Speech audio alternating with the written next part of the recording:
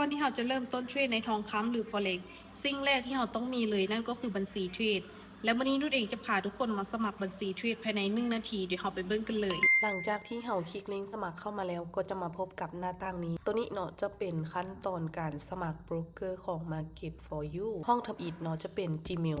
นี้จะเป็น Gmail ของเราเองเด้อห้องที่2จะเป็นการสร้างรหัสผ่านซึ่งตัวนี้จะสร้างด้วยตัวเองเนาะซึ่งจะประกอบด้วยตัวอักษรพิมพ์ใหญ่พิมพ์น้อยแล้วก็จะมีตัวสี่เหลี่ยมแล้วก็ตามด้วยตัวเลขหลังจากที่เราป้อนรหัสผ่านสำเร็จแล้วให้กดยืนยันและดำเนินการต่อได้เลยทีนี้ให้เรามาเบิ่งรหัสยืนยันอยู่ที่ Gmail ตัวนี้เนาะรหัสยืนยันให้เรากดเข้ามาแล้วเอารหัสตัวนี้ไปพิมพ์ใส่ซึ่งตัวนี้จะเป็นรหัสของไผของเราเด้อหลังจากนั้นกดยืนยันเราป้อนหมายเลขโทรศัพท์ของเราเข้าไปเราจะใส่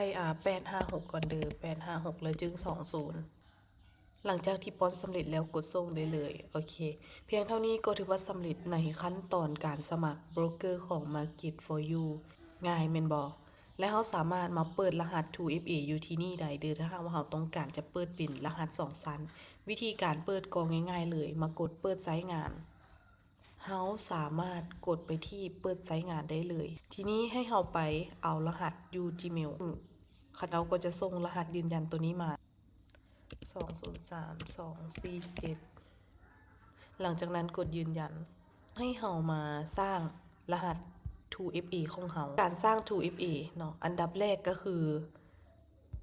เราต้องมีแอป Outhen ตัวนี้ให้เราไปดาวน์โหลดมาคลิกที่หมายบวกแล้วไปกดที่ป้อนคีย์การตั้งค่าหลังจากนั้นชื่อบัญชีเราอาจจะใส่เป็นชื่อโบรกเกอร์ก็ได้หรือใส่อีหยังก็ได้ที่เราจื้อรหัสของคุณนี่ให้เรามาคัดลอกเอารหัสลับ 2FA นี่ไปใส่นะคัดลอกเอาเลยหลังจากนั้นก็เอาไปวางใส่หลังจากสำเร็จแล้วกดเพิ่มปุ๊บนี่เนาะให้เราเบิ่งชื่อนี้ตัวนี้จะเป็นรหัส 2FA ของเราเด้อหรือรหัส2ชั้นเมื่อเราสำเร็จแล้วให้เรามากรอกรหัสใส่นี่เนาะซึ่งตัวกรอกรหัสตัวนี้แม่ให้เรามาเอาเลข6ตัวนี้ไปใส่5105หลังจากนั้นกดสรุปขั้นสุดท้าย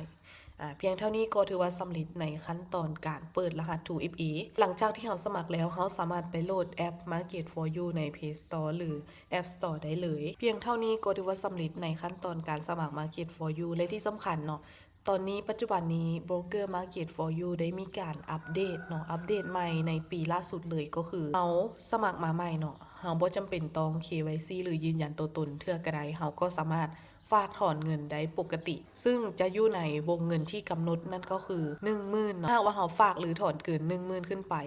เราจึงจะจำเป็นที่จะต้องได้ยืนยันตัวตนหรือ KYC หรือใครที่สมัครมาแล้วเนาะต้องการที่จะ KYC เลยก็ได้เส้นเดียวกันกดติดตามไว้เลยเดี๋ยวคลิปวิดีโอต่อไปเราจะพาทุกคนมาผูกบัญชีเทรดเข้าในแอปเทรดของ MT5 พร้อมขั้นตอนพื้นฐานในการใช้งานในแอปของ MT5 ฉบับมือใหม่